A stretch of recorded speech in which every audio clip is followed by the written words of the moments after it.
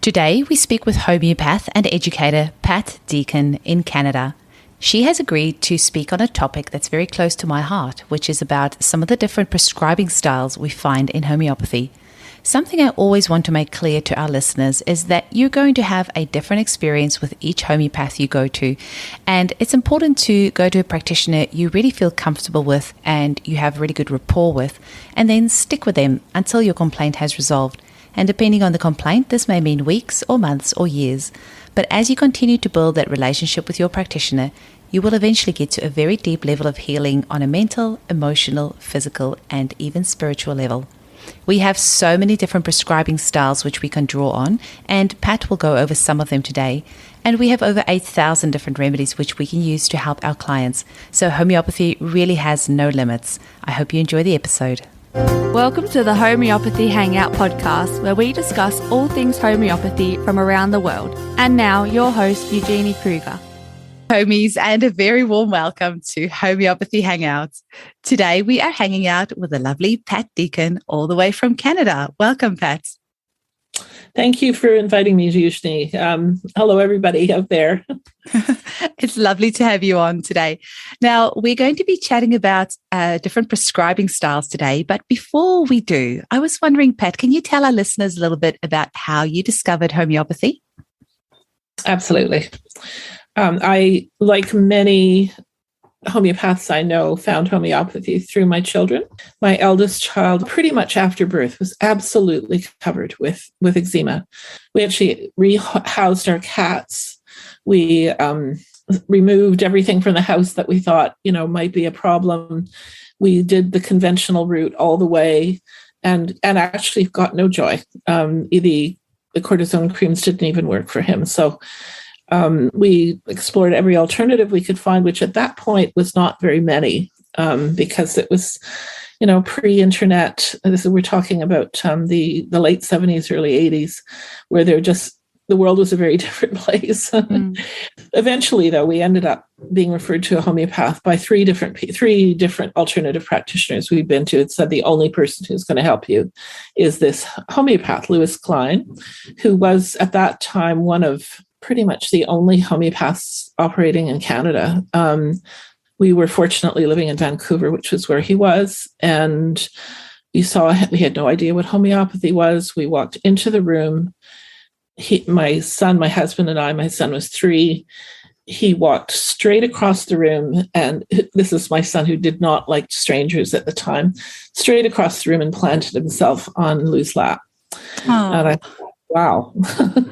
And at that time, Lou himself didn't have kids, and he wasn't, it wasn't like he was emanating Santa Claus or something, and he sat there for an hour and a half, and I just found the consultation mind-blowing. I just felt like he asked all kinds of questions I'd never thought about before. What side of the bed does he sleep on? Things about him that I'd never really even thought about before, And I felt like at the end of the consultation, we knew our son in a whole different way. And I thought that was amazing. And Lou said, the eczema is going to be there for another few months, but it's not going to be bothering him. We went off with these little sugar pills and came back 6 weeks later with a child we'd never met before. He was happy. Our son had been angry from the time he was born. He was happy, content, cooperative. And yes, the eczema was there, but it wasn't bothering him. He started wearing shorts, which he always refused to do. Was sleeping at night. We bought bright red sheets for him because he, just rip himself to shreds at night. Just as he said, a few months later, the eczema actually left. But the significant thing was it never even occurred to us that we could change personality or change. We thought we were just going for something physical. Well, so at that point, I was completely smitten with homeopathy, and I read everything I could, and bought the books I could find, and joined a local study group. And then I stalled because there was nowhere to study in Canada. There were no schools at the time. Other people in the study group were all single with no children, and so they were free to move to England or go down to the States. But even in the States at that time, you had to have some sort of medical qualification in order to study homeopathy, and then you did homeopathy later. And I had no interest in getting a medical qualification. I had no interest in being a naturopath, which is what a lot of people were doing. I knew I wanted to do homeopathy. So anyway, I put it on the shelf. I just figured, if it's meant to be, it's meant to be. And at the moment I have a young family and, I have to focus on them. And at the time I was working part-time at a feminist women's health center. So I was fitting diaphragms and cervical caps and doing pregnancy counseling. And we also had a resource center there for women in the city where people would come and fill out forms in their doctors. It was back in the days when people could actually choose the doctors they went to. I don't know what it's like in Australia, but in Canada, most Canadians don't have a GP. We have miles long waiting lists actually to have a GP. But at the time, people could actually choose their GP, and they'd come in, again, pre-internet, women would come in and fill out these forms and know who they were going to. And we did a lot of, post-hysterectomy counseling. And there were birth collectives that were there. We supported women seeing midwives and having home births, which was illegal in Canada at the time, both home births and midwives. So it was a pretty happening place. We had a government grant. And at one time, there were actually 14 of us working there. So, but I would just, from the time I had this homeopathic experience, I would just refer all these women to Lou, because I thought, there's nothing else for them. I mean, if he can do this for my kid with his eczema, I'm sure he can help all these women with the problems that they have. And, that just became a real interest for me. So fast forward 10 years, we've moved across the country from British Columbia to Ontario and settled, promised the kids we wouldn't move again. And out of the blue, my husband gets an invitation to apply for a job in London. And, he threw out the first 3 that arrived. And then when the 4th one came, he thought, well, I better actually take this seriously. I kind of, this sort of looks like my name is on this job. Sure enough, he got it. And we moved to England. We lived there for about 10 years, and it meant I could. Wow. Yeah, because at that point, there still were no colleges in Canada. By the time we came back 10 years later, there were. But anyway, so that was wonderful. I joined a study group right away, found a homeopath, and studied at a wonderful little college that doesn't exist anymore called Purton House School of Homeopathy, where we met in our principal's living room, group of 18. Wow. It was fabulous. And and we met every week. That was the other thing. It wasn't the sort of 2 or 3 day weekend. And we met every week, almost every week of the year. And then had to fit our clinical work and what have you in around that. But I felt like I got a really good grounding, and that's what it was, though. It was a grounding. And when we graduated, our principal said, so now the real learning starts. Go and taste every kind of homeopathy you can and figure out what your own practice is going to be, And so for some people, that was a very discouraging thing after 4 years of hard work and lots of money. And in my case, it involved quite a bit of traveling, but it was all worth it. So at that time in England, there was a spectrum of homeopathy. At one end of the spectrum was what was called the practical school. And they didn't do a lot of the sort of deep psychological classical prescribing. They were more into practical remedies that worked, sometimes in combination with each other. But more allopathic in the sense that it was like, these remedies are for the liver. You can take a combination of them to heal your liver, like that. And then at the other end of the spectrum were these strictly classical people who had, and my school was somewhere in the middle. We had a classical training, but which meant one remedy at a time. And we basically learned what I think of as a box of remedies, which was the way people practiced at that time. There was the polycrests. And that box might be 10 remedies or 20 remedies or 50 remedies or 200 remedies, depending on the practitioner, and people tended to sort of expand their box as the years went through. But basically, people were being fit into a slot. And I saw that early on, even before I started studying homeopathy, and it always bothered me. It was the one big question I had that was never answered in my 4 years was, if we all are individuals, we're all snowflakes, why is it that everybody's getting nature muriaticum at some time? Why are we using such a small number of remedies? At the moment, we have 7,500 remedies, I think, in the entire Materia Medica. So why would you settle for 200, And I think part of it was, at the time, we didn't have the internet. The internet for me has revolutionized homeopathy in so many ways. It's been a very good thing for homeopathy. With the internet, we were able to get databases that were searchable and expensive. But, as Lou would always say, Lou Klein, the homeopath that we went to, he would always say, well, the people that were practicing at the time of James Tyler Kent, who was one of the foremost American homeopaths around the turn of the last century, those practitioners would spend a whole year's income on a repertory, which was a large book, dictionary. So really, you kind of have to have a perspective. We're a unique audience, small, unique audience that are actually going to be purchasing these. So I meant to say, too, I practiced in England a lot. I had a very busy practice from the get-go. And then we came back to Canada, and I got off the plane and walked into a NASH, North American Society of Homeopaths meeting, where Lou was the keynote speaker. And I had already signed up for his postgraduate course at that point. I was burnt out. So I went for my box of remedies to, as my principal suggested, taste some other things.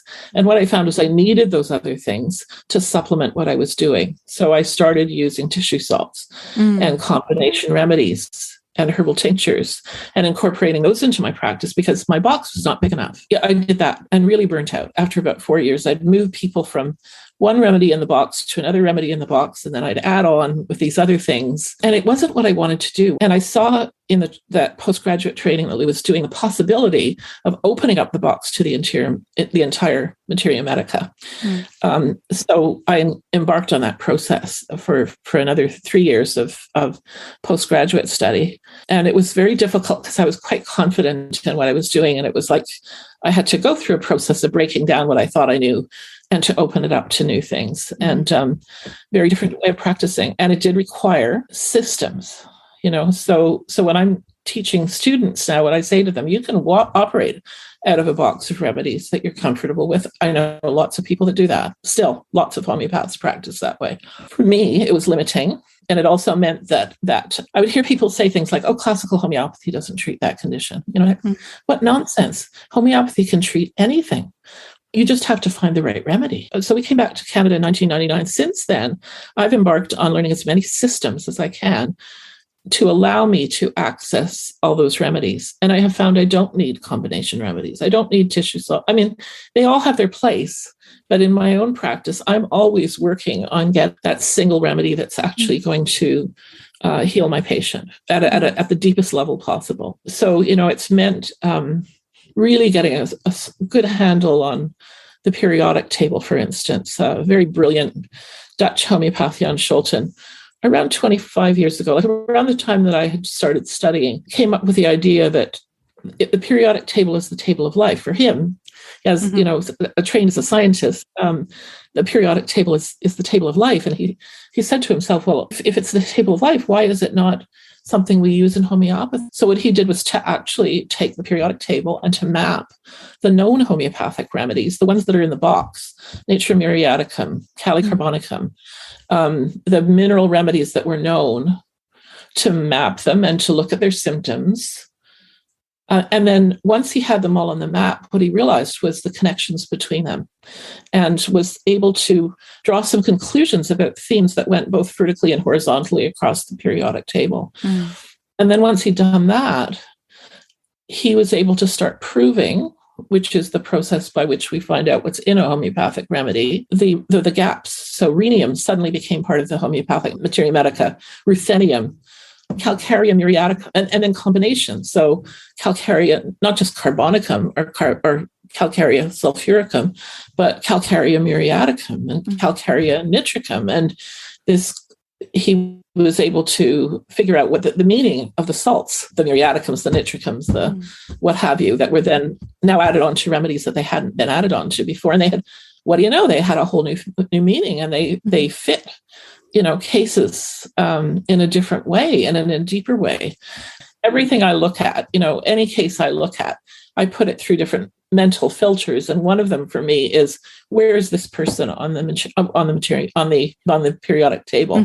what place in their lives are they at, and which stage on the periodic table. Yeah. Anyway, then as people got a handle on that, he then explored a whole row on the periodic table that nobody knew anything about, the lanthanides, and discovered that this unknown hidden part of the periodic table was just what we needed for autoimmune diseases and children with the kind of things that homeopaths see today. Lots and lots of people. We see a lot of people with autoimmune diseases. We see children who are on the autism spectrum disorder with an alphabet of ADD, ADHD, various so-called behavioral disorders. And those are places where the lanthanides are absolutely brilliant. And they are used in life to as components of computers, colors in a television screen. I mean, the things that we use that are unique to our time. So it's totally appropriate that they would be the right remedies for conditions that are fairly new in history. Yeah, we can almost call them we can almost call them man-made diseases. Yeah, some of them have to do with just the way we live our lives. This particular where we are in history. And I really believe that there is an evolutionary process with remedies, and that they need to adapt to the time and the diseases that people are presenting. So that would be one that I use. I also draw extensively on my studies with Lou, who is just a brilliant homeopath, and whose work, if you haven't studied with him directly, a lot of the information, he is trying to write as much as he can now. He's not practicing at the moment, and he's working on his books. But can I do a quick little shout out as well to his online learning platform Zomeo, which I've used as well, ZHOMEO, and that's for professional homeopaths to get development. But I haven't been able to really even scratch the surface because there's so much material in there for you to study. It's really opened my mind to a lot of different topics. Yeah. Zomeo is fantastic, and he's not doing the HMC Classic Master Clinician course anymore. He is just focusing on Zomeo, and he's not actually doing there's access to all his not his old, but his videos that he produced. Yeah. But now he's actually turned it over to people that have studied with him and to colleagues to present their own material. And a lot of them are people that don't present anywhere else. So they're, absolutely. It's a brilliant resource for everybody, that any homeopaths that are listening, if you're not subscribing to Zomeo, I really recommend, if you want to expand your own materia medica, it's a very good way of doing it. Absolutely. So what I'm sharing with you is basically how I work by introducing you to all these different things. So back to Jan Schulten. So he went from the lanthanides to then going, well, hang on a minute. I mean, there's this whole untapped world of plants. And really, there's not, up until Jan, there was very little good information about plants. So he took the periodic table and then came up with another structure, which is far more complex. So I always say to people, you have to get a handle on the periodic table first before you move on to the plants, because he's added new categories. And of course, the plants are so complicated. And part of what makes them so complicated is there are different classification systems. They change all the time, So another person that I study with who came out with her work around the same time is, again, a brilliant biologist, botanist homeopath from Israel, Michal Yakir. And she also has a table of plants, but it's completely different from Jan's. And it's based on a different classification system. Oh, my gosh. So, usually I recommend to people that they get their head around one system first. And then, if they want to, personally, I use both of them. I love them both. And they have different functions for me. So I use the periodic table. I use those two. What are the other big tool that I use is colors. I've got that. I've never used it, but I've got it in the clinic.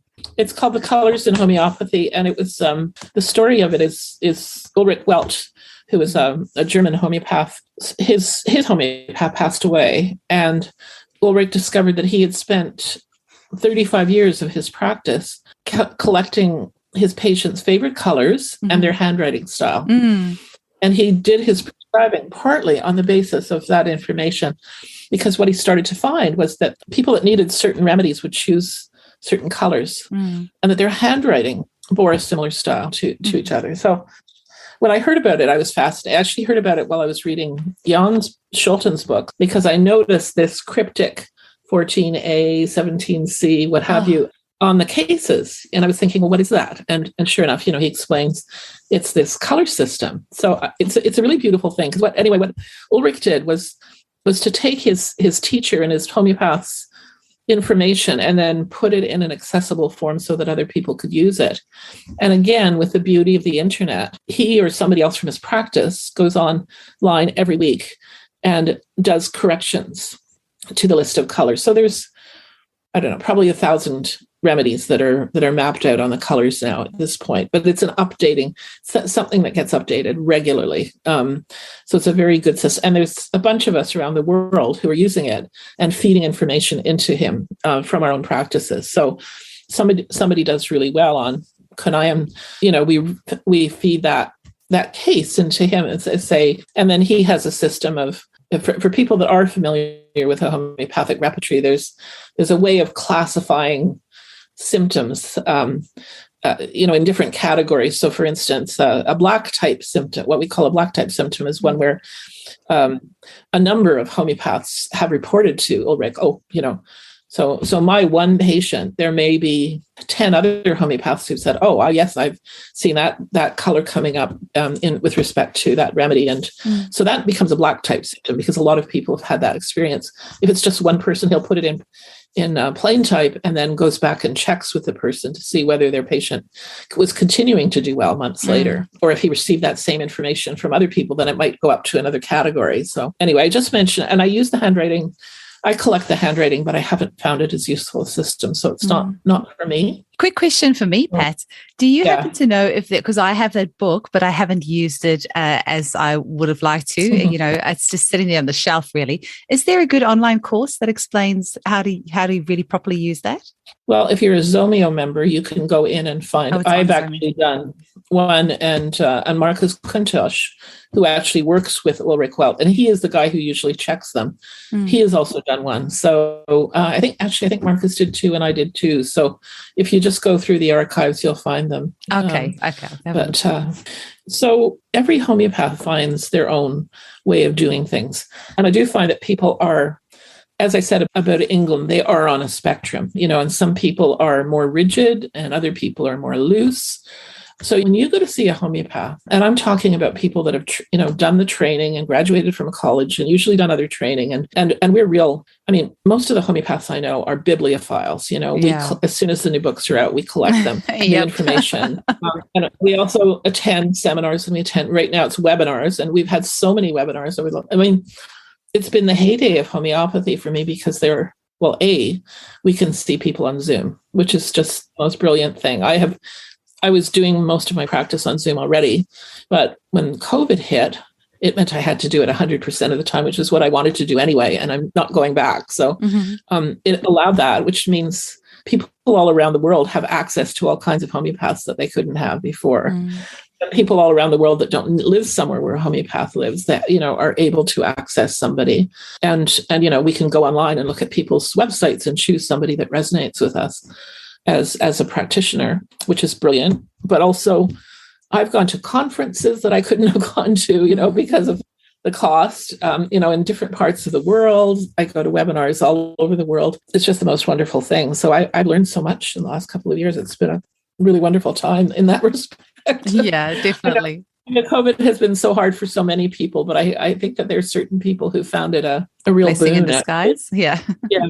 So speaking of, say, a registered homeopath, there is no standard way of practicing. Everybody, it's very individual, and everybody uses what works for them.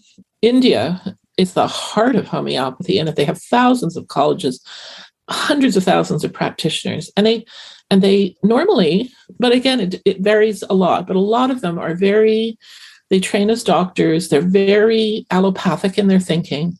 You have this condition, you use these remedies. They tend to work from a very small box, but they know that box back and forth, like backwards and forwards, like nobody else I know. They learn by rote, so they memorize the remedies, so it's a well utilized box. And I would say that's the majority of the Indian homeopaths. And then within that community, though, you've got different teachers who do things different ways. I mean, there's one fellow that some of your mums may be familiar with, Banerjee, who has a protocol for everything. You've got breast cancer, right? Here are the remedies and here's how you take them. There's no individualization. It's just, straight up, these are the remedies for these conditions. And sometimes it works and sometimes it doesn't work, and the times it doesn't work are when you've got a remedy that's just completely has no relationship to that person at all. Yeah. But, it has and it's a very popular method for a lot of home prescribers to use because it is so black and white, cut and dried. And then on the other end of the spectrum in India, you have people like Rajan Sankaran, who taught something which was initially called the sensation method, and it's kind of morphed into other names and other things. But the idea was that you basically took one theme that a person would mention. Just an example. They might say they feel stuck, or yeah, exactly. Or I'm stuck in my life, or I have a headache that's killing me. And they would just go through that headache until basically they got into a place where the person was saying stuff that didn't make any sense. But what it was doing was leading to the remedy, to a place where the person, if it's done very well, the person will actually describe the remedy that they need, which is kind of an amazing process. But very few people do it well. And I, having seen it not done well lots of times, I only use it when it's really appropriate in my own practice. And there's definitely parts of that you could use. Hey, so if you're not necessarily using that prescribing style by itself, there's certainly parts you could pull out of it. And that's what I do as well, just little parts. Yeah, exactly. But that's very, that couldn't be more different than the way most Indian homeopathic doctors who are trained as doctors, they don't go through medical school to practice homeopathy in India. And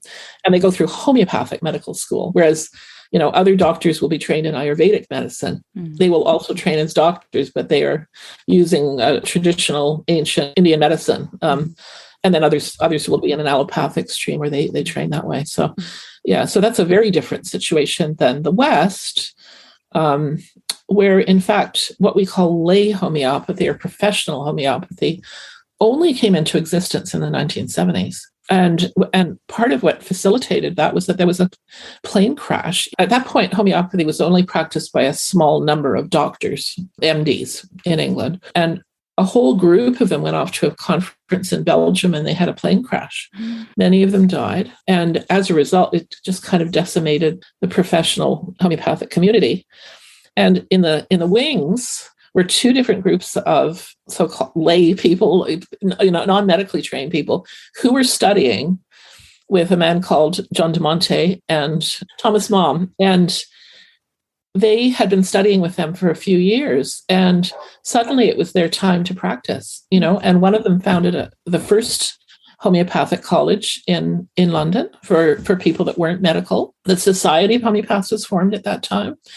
And suddenly, the world was open to homeopaths who were not medical doctors, and that changed everything, and that's spread all around the world now. There are homeopaths who are not medical doctors all over the world.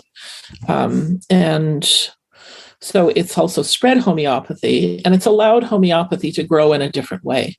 And I think it's quite a wonderful thing. So absolutely. Pat, I have a bit of an interesting question for you. So do you think that it's important to match the prescribing style of the practitioner up to the client? For our listeners listening to this, is it important for them to ask their potential new practitioner what sort of prescribing styles they use before they go to that person? I think it's a perfectly legitimate question. I get that question usually from people who've been to homeopaths before.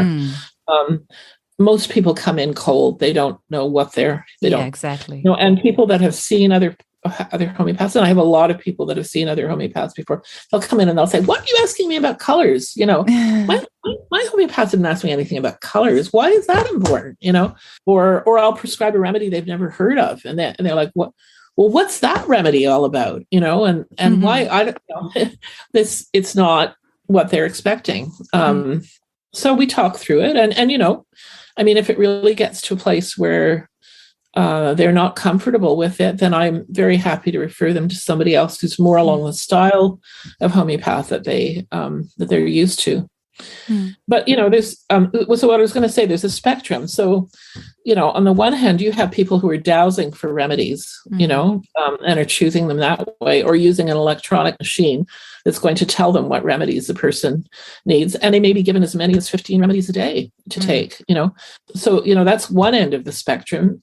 And then there's another end of the spectrum, which is very rigid about classical homeopathy. And, you give one pill and that's it for 7 weeks, or, and you're not to touch the remedy at any other time. And that's a very different style.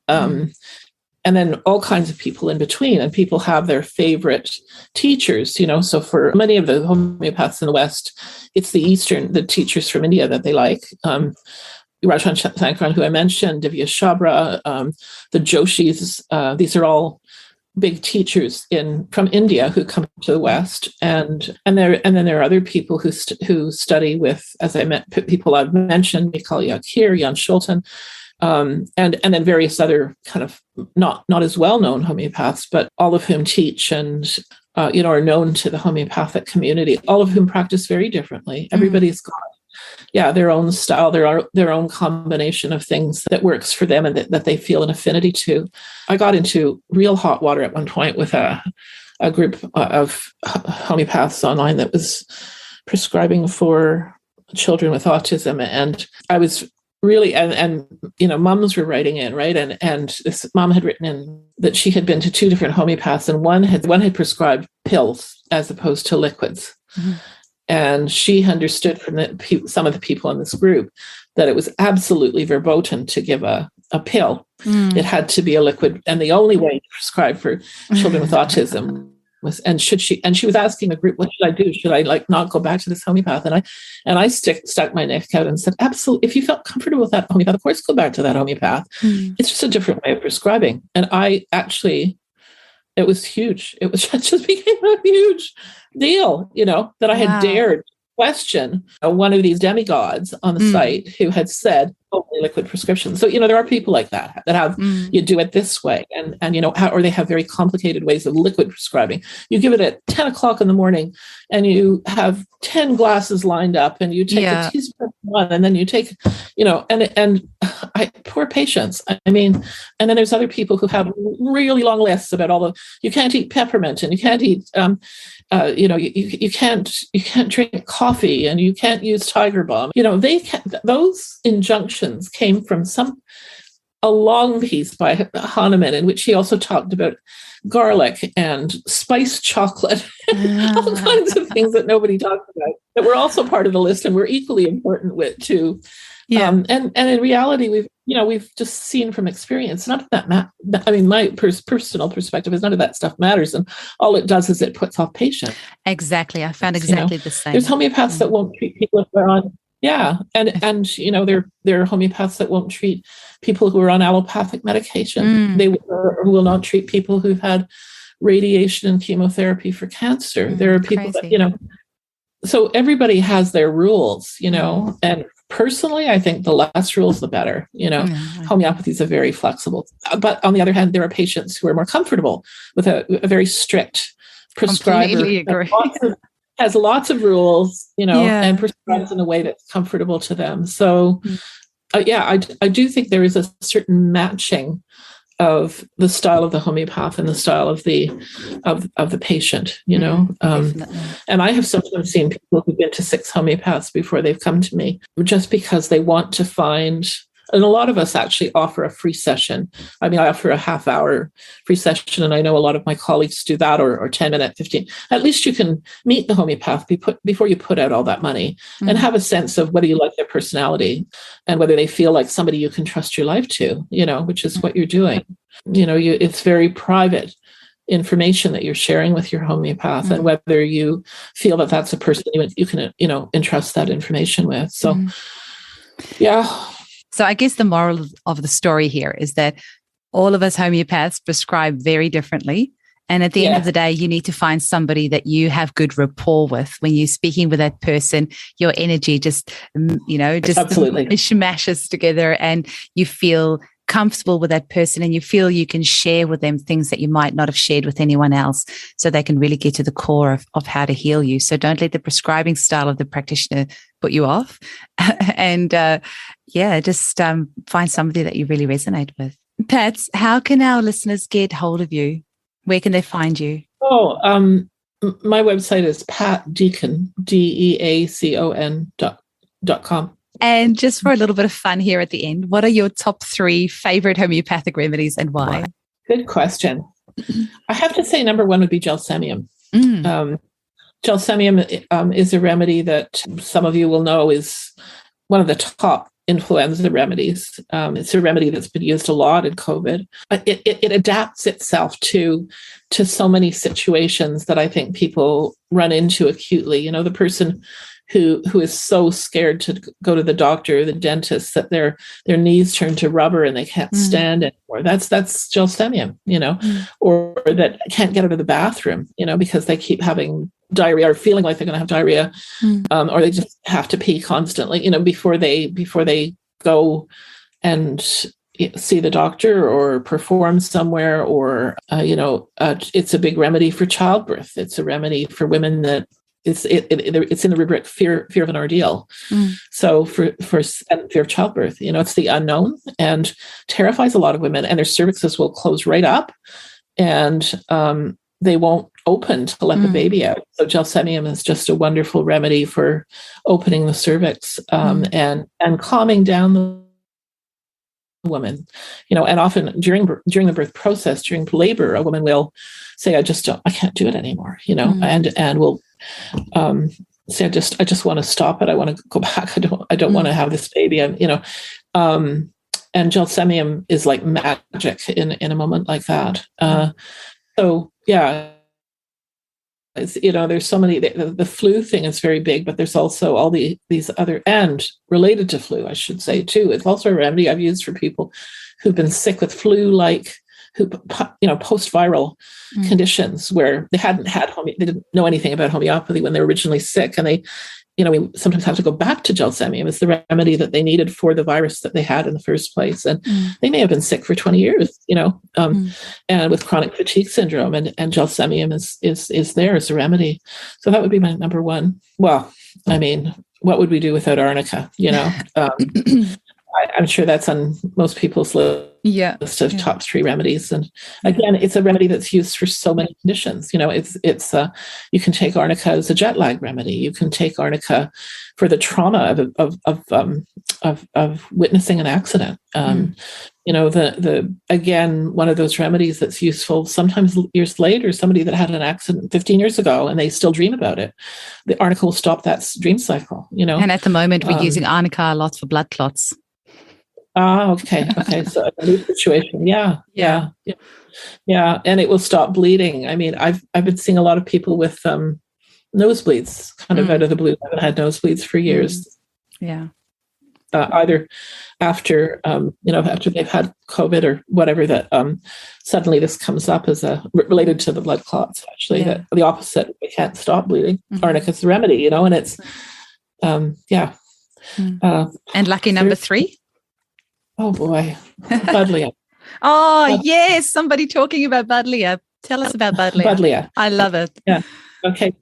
The Buddleia is a new remedy, a newly proven remedy, and it was proven, again, provings are a whole other topic, but there are many ways in which remedies are proven, and it is part of a group of remedies that a group of people in England have proved through meditation. And it tends to be used a lot by that community of people and not by others. I use it a lot. It's made from the butterfly bush. Yes, exactly. Yeah. The Buddleia. I'm sure that grows in Australia. It does. Yeah, it's beautiful. Yeah. When we moved from BC to Ontario, we had tried to grow one, and, you know, didn't survive the winter. It was just a bit of an odd plant that people really didn't know there. But in the UK, when we lived in the UK and when we lived in BC, we always had buddleia bushes. And so I would say buddleia, it's a trauma remedy. It's a really brilliant remedy for trauma and grief. And interestingly, the butterflies, one of the big indications for butterflies are children who've been abused. So there's this whole piece of trauma that's, related to buddleia. And I think it's one of the most brilliant grief remedies and is really, really underused. Definitely. And it has this ability to heal the planet. It's a remedy I give to a lot of my clients. And I say to them, when you go walking in the bush, go throw some remedies in the streams just to help heal the planet. It was so lovely to speak with you today, Pat. Thank you so much for sharing your wisdom. I really appreciate it. And I will chat again very soon. Okay. All right, Eugenie. Have a good rest of the day, everybody. And thank you for asking me to be here. Thanks so much.